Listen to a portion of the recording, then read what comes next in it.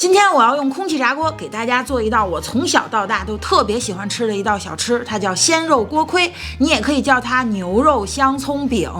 欢迎来到加盟小厨房，我是老佳。自从出国之后呢，我就很难再吃到这道美味的家乡味了。但是我前几天灵光一现，突然想到了一个非常简单的方法，可以完美的复刻出这道好吃的鲜肉锅盔。闲话不多说，我们操作起来。我们做的这个锅盔呢是不需要和面的，直接在亚洲超市的冷冻区就可以找到这样的手抓饼。鲜肉锅盔呢自然少不了肉，我们取大概150克的牛肉馅，然后我们给它调个味儿，料酒、生抽，来一点柠檬汁、香油、蒸鱼豉油、白胡椒粉、五香粉、洋葱粉、鸡精、糖，少许盐，搅匀。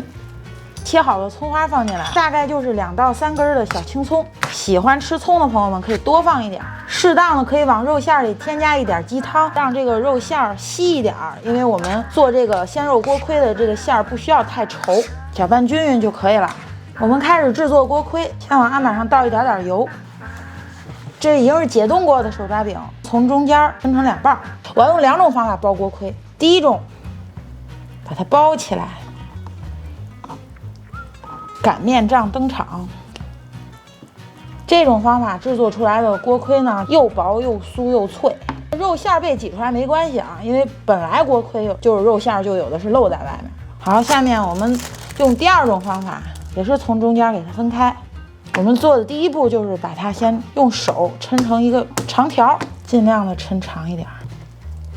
然后我们拿这个肉馅往上抹，轻轻的抹一层，不要抹太多，不要往边上抹，给它留点缝隙。是怕露馅吗？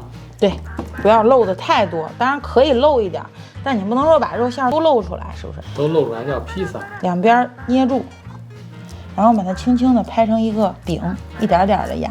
请问你这算露的多吗？我这个就是说，就是完美。还是老样子，我们在空气炸锅里抹一点油或者喷一点油，防止粘黏。把做好的锅盔逐个的放进去。我们用370华氏度，大约188摄氏度烤15分钟，简直就是锅盔本盔。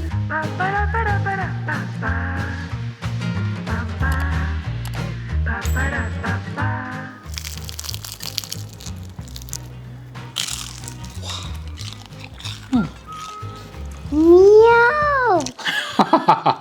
太好吃了。这种圆的，相当于你包了一个肉丸子进去，所以更能吃到实体的那个肉。其实我个人更喜欢吃抹上薄薄一层的那个，它那个面的脆和面的那种韧劲儿就全出来了，对吧？够香。更香。这谁做的你知道吗？佳佳做，佳佳做的，佳佳做的。也请。I like you too。好，本期节目就到这里吧。再见，Yummy。